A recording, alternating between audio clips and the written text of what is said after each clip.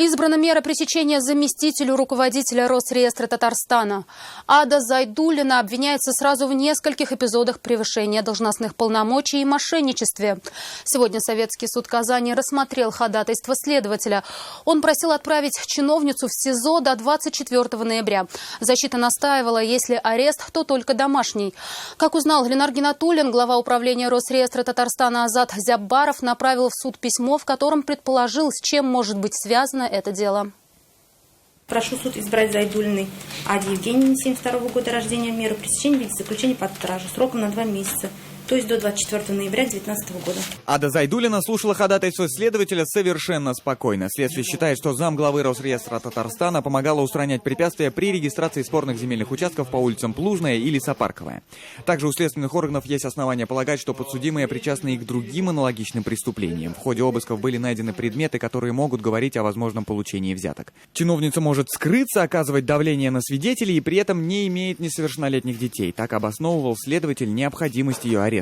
Следователь не привел каких-либо убедительных доводов о том, почему избирается самая суровая мера пресечения. Если уж суд сочтет, что мера пресечения необходима, то мы просим ограничиться менее суровой мерой пресечения в виде домашнего ареста.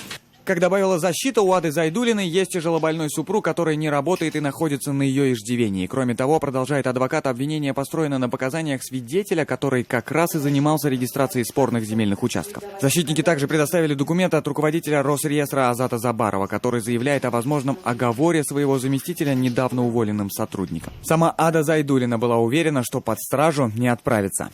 Еще раз повторите, пожалуйста, удастся доказать. Однозначно суд примет решение. Спустя 40 минут судья озвучил свое решение.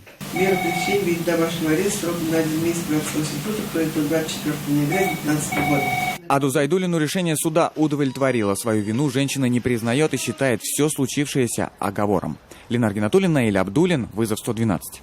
Мы делаем вам вызов. Смотрите одну из самых рейтинговых программ о происшествиях в Татарстане на нашем сайте tnv.ru.